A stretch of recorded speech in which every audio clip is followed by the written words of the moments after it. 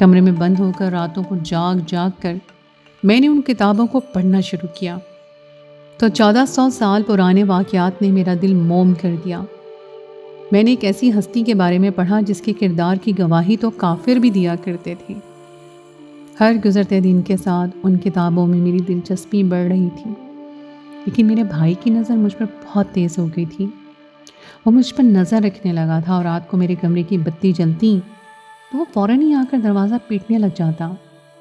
وہ جاننا چاہتا تھا کہ میں رات کو کیوں جاگنے لگی ہوں۔ اور پھر ہمارے پڑوس میں نئے لوگ آکرشت ہوئے تو اماں کے کہنے پر میں ان کی مدد کروانے کے لیے چلی گئی، کیونکہ اس دن میرے ہوٹل کی چھٹی تھی۔ وہاں جا کر مجھے پتہ چلا کہ وہ ایک مسلمان فیملی ہے۔ شاید اماں کو اس بارے میں علم نہیں تھا، ورنہ اماں مجھے کبھی یہاں نہ بھیجتی۔ وہ لوگ بہت ہی اچھے اور ملنسار لوگ تھے۔ میں نے بنا دھرم کا فرق کیے ان کی مدد شروع کر دی اور ان کا سامان جماتے ہوئے مجھے ان کی بیٹی کی بہت سی کتابیں ملی جو میں نے وقتی طور پر پڑھنے کے لیے مانگ لیں۔ وہ مذہبی کتابیں تھیں، میں ان کا مطالعہ کرنی چاہتی تھی۔ وہ کتابیں اپنی چادر میں چھپا کر میں جب شام کو گھر لوٹی تو میرا بھائی دروازے پر کھڑا تھا۔ مجھے دیکھ کر وہ غصے میں کہنے لگا کہ تو ان مسلمانوں کے گھر میں کیا کرنے گئی تھی؟ بھائی کا لہجہ اور نشے میں ڈوبی سرخ آنکھیں مجھے کپ کپانے پر مجبور کر گئی تھیں۔ اتنے میں اماں پیچھے سے آ گئی اور کہنے لگی کہ مسکان کو معلوم نہیں تھا میں نے ہی اسے مدد کے لیے بھیجا تھا، کیونکہ مجھے بھی یہ بات معلوم نہیں تھی کہ وہ لوگ مسلمان ہیں۔ بھائی نے انگلی اٹھا کر مجھے تنبیہ کی کہ آئندہ اگر میں نے اس کے گھر کا رخ کیا تو میری ٹانگیں توڑ دے گا۔ بھائی تو گھر سے نکل کر چلا گیا، لیکن میری جان میں ہی نکل گئی۔ میں نے سیدھا اپنے کمرے کا رخ کیا اور وہ کتاب الماری میں چھپا دی۔ میں انہیں پڑھنا چاہتی تھی، ان کی گہرائی اور سچائی کو جاننا چاہتی تھی۔ میرا دل بدلنے لگا تھا، مجھے اپنے دھرم سے زیادہ مسلمانوں کے دھرم میں دلچسپی ہو گئی تھی۔ اذان کی آواز میرے کانوں میں پڑتی تو میرا دل بےتاب ہو کر مچلنے لگتا۔ پچھلے کچھ دنوں سے تو میرا حال ایسا تھا کہ اذان کی آواز سنتے ہی میرے آنسو بہنے لگتے تھے۔ مجھ پر ایک عجیب کیفیت طاری ہوتی اور میں کسی بھی کونے میں بیٹھ کر زاروں قطار رونے لگتی۔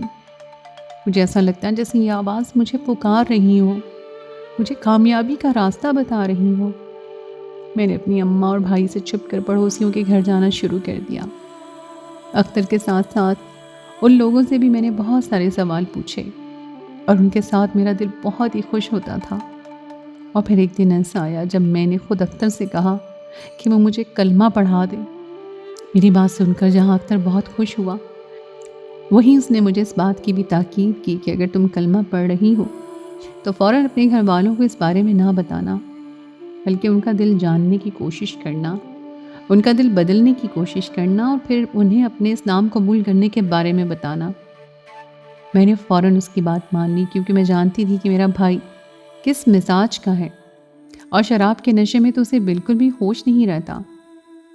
اور پھر میں نے تاریخ کی کتابوں میں پڑھا تھا کہ شروع میں دین بھی ایسے ہی پھیلا تھا، اسی لیے میں نے اپنی سچائی الماری میں بند کر دی اور کلمہ پڑھ کر چھپ چھپ کر عبادت کی شروعات کی۔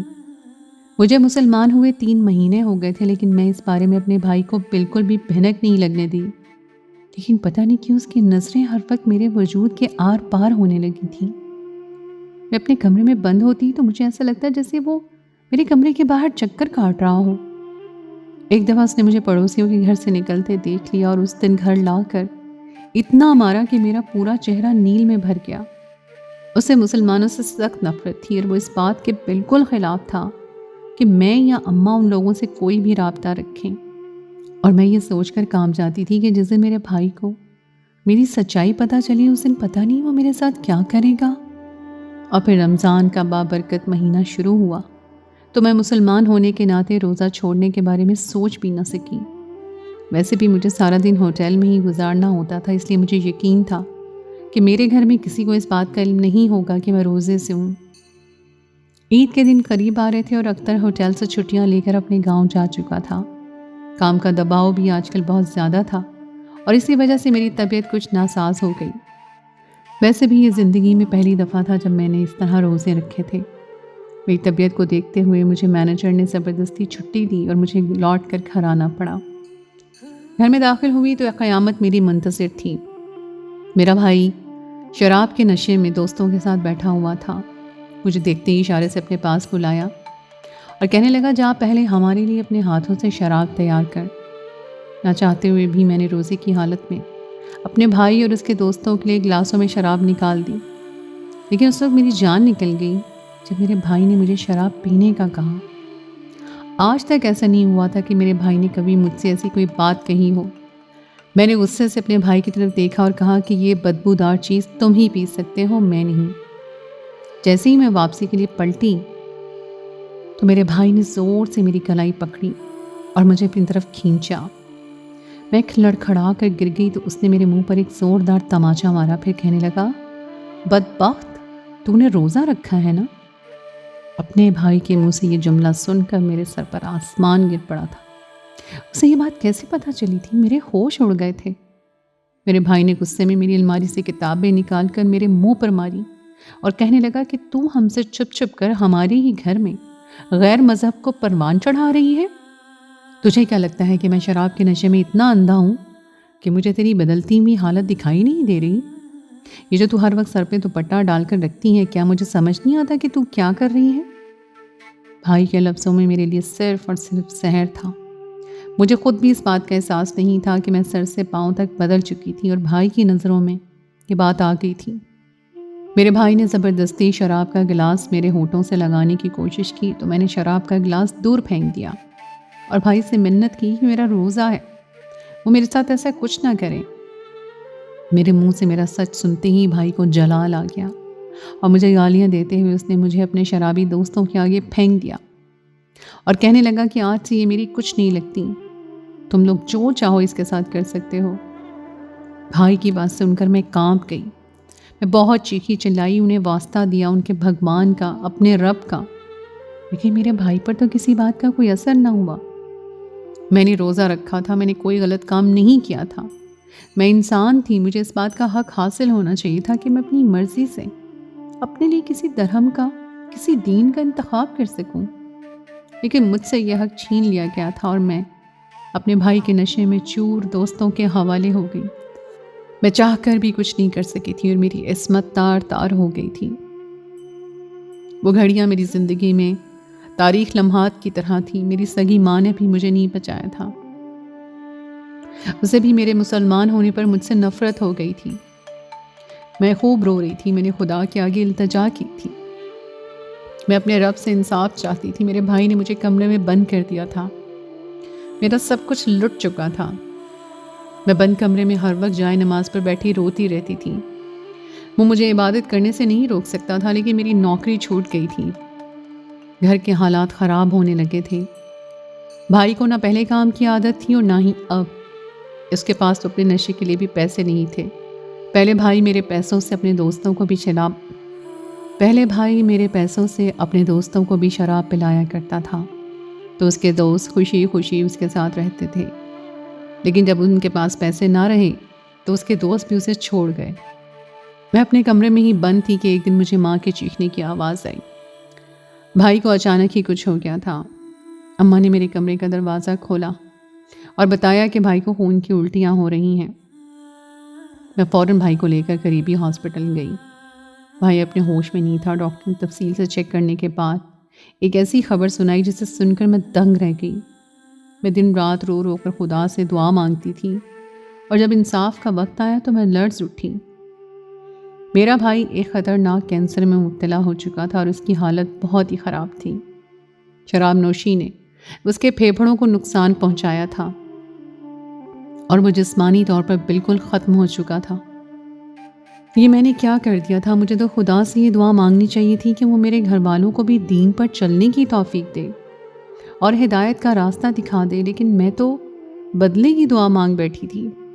مجھے اپنی غلطی کا احساس ہوا تو میں ایک دفعہ پھر خدا کے حضور سجدہ ریز ہو گئی اور خدا سے دعا مانگی کہ وہ میرے بھائی کو صحت یاب کر دے اور اسے بھی میری طرح دین کے راستے پر چلنے والا بنا دے۔ میرا بھائی بہت زیادہ بیمار تھا اور جب اسے ہوش آیا تو اس کی آنکھوں سے آنسو بہنے لگے۔ اختر اپنے گاؤں سے واپس آ گیا تھا، وہ بھی میرے بھائی سے ملنے کے لیے آیا اور مجھے کہا کہ میں سورہ رحمان کا پانی پڑھ کر اپنے بھائی کو پلاؤں۔ میں نے ایسا ہی کیا تو میرے بھائی کو بہت سکون محسوس ہوا۔ ہر گزرتے دن کے ساتھ اس کے دل کی حالت بدلنے لگی، اور پھر ایک دن اس نے خود مجھے ہاتھ پکڑ کر کہا کہ وہ مرنے سے پہلے مسلمان ہونا چاہتا ہے۔ یہ بات سن کر میری آنکھوں سے آنسو بہنے لگے تھے۔ میں نے اپنے بھائی کو کلمہ پڑھا دیا تھا، اسے ہدایت مل گئی تھی، کیونکہ میں نے اس کے لیے ہدایت کی دعا مانگی تھی۔ ڈاکٹروں کے علاج اور سورہ رحمان کے پانی نے ایسا جادو کیا کہ میرے بھائی کا مرض کافی حد تک ٹھیک ہو گیا اور اسے ہاسپٹل سے چھٹی بھی مل گئی۔ میں نے دین کی تعلیمات سے اپنی ماں کے دل کو بھی بدل دیا تھا، اور ہمارا گھر ایک ہندو گھرانے سے تبدیل ہو کر مسلمان گھرانہ بن گیا۔ میرے بھائی کے دوستوں نے روزے کی حالت میں مجھے جو تکلیف پہنچائی تھی، ان کے ساتھ اس سے بھی کہیں زیادہ برا ہوا۔ وہ تینوں ہی ایک کار حادثے میں بری طرح کچلے گئے تھے۔ شراب کے نشے میں گاڑی چلاتے ہوئے انہیں ہوش نہیں رہا تھا، اور ان کی گاڑی ایک بہت بڑے ٹرک کے نیچے آ کر کچلی گئی تھی۔ میرا بھائی کافی حد تک ٹھیک ہو گیا تھا، اور میرے دل میں دین کے لیے جو سچی محبت تھی، اس نے میری دنیا اور آخرت دونوں کو سنوار دیا تھا، اور اس میں زیادہ تر ہاتھ اختر کا بھی تھا۔ اختر نے مجھے بہت سہارا دیا تھا، اور پھر مجھ سے شادی کر کے مجھے ایک نئی زندگی بخش دی تھی۔ اختر نے مجھے ایک بات سکھائی تھی کہ ہمیں ہمیشہ دوسروں کے لیے انتقام کی نہیں بلکہ ہدایت کی دعا مانگنی چاہیے، تاکہ انہیں ہدایت کا راستہ مل جائے اور وہ بھی گمراہیوں کے اندھیروں سے نکل آئیں۔ تو دوستو، یہ تھی میری آج کی کہانی۔ امید ہے آپ کو آج کی کہانی پسند آئی ہوگی۔ کہانی اچھی لگے تو اس کو لائک ضرور کیجیے، اپنے دوستوں کے ساتھ شیئر کیجیے، اور اگر آپ نے ابھی تک میرے چینل کو سبسکرائب نہیں کیا تو اس کو فوراً سبسکرائب کر لیجیے۔ ساتھ ہی لگے بیل کے بٹن کو بھی پریس کر دیں تاکہ آپ کو میری آئندہ آنے والی کہانی کا نوٹیفیکیشن پر وقت مل سکے۔ اگلی کہانی تک کے لیے مجھے دیجیے اجازت۔ خدائے پیمان۔